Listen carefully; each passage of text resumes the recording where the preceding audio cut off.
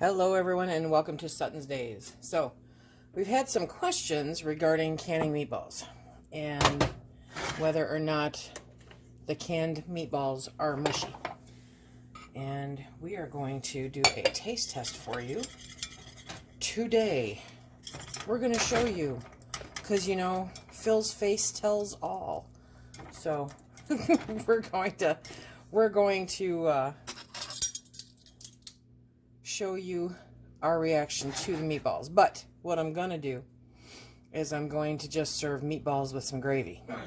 And I will leave a link to the video in an iCard above and at the end and down below. I'll leave it everywhere. For the do-it-yourself gravy mix. If you're used to packet gravy, right?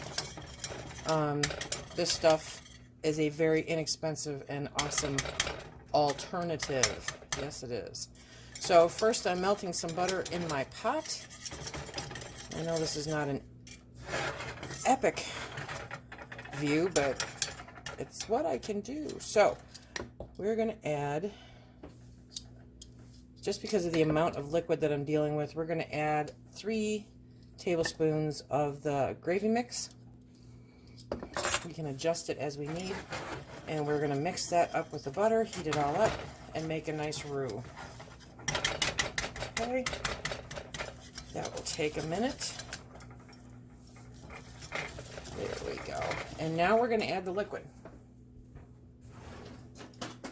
All we're adding is the liquid straight out of the jar. So that's opening the jar. I don't want to let the meatballs out, but any fat that may have congealed in the jar is going to be good for this. It's going to be really good for this. So don't let the meatballs out yet, but do let all the liquid out. You're going to bring it up to a boil and you're going to keep stirring this until it thickens. If you need more of the mix, go ahead and add more of the dry mix, but this should thicken given the amount of liquid and dry mix that I put in. Normally it's about a cup of liquid to 2 tablespoons. I figured that was a little over a cup, so I put in the 3 tablespoons. And today we're just going to have some very simple meatballs and gravy for dinner, or for lunch. Lunch. Today it's lunch. Okay, so we'll just keep stirring that until it starts to thicken.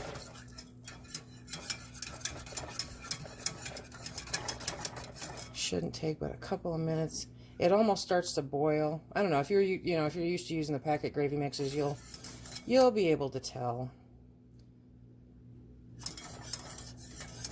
There we go. I can tell it's starting to thicken now. And I want to get it to just about the point where it's at the cusp of thickening. And then because I'm on a coil burner, I'm going to turn down my heat significantly. I'm going to turn it down to low.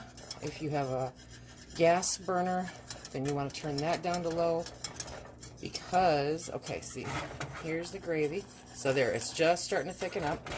So I'm going to turn the temp down to low on my stove. And now I'm going to add the meatballs. Okay. And then, see, I'm just going to heat up the meatballs in the gravy. This really does call for mashed potatoes or pasta or rice or something, but for the sake of answering your questions, we are sacrificing a jar of meatballs. Okay, so I'm gonna let that heat up and I'm gonna serve it up and I'll be right back. Okay, so here's the ultimate taste test. Dun, dun, dun, dun, dun.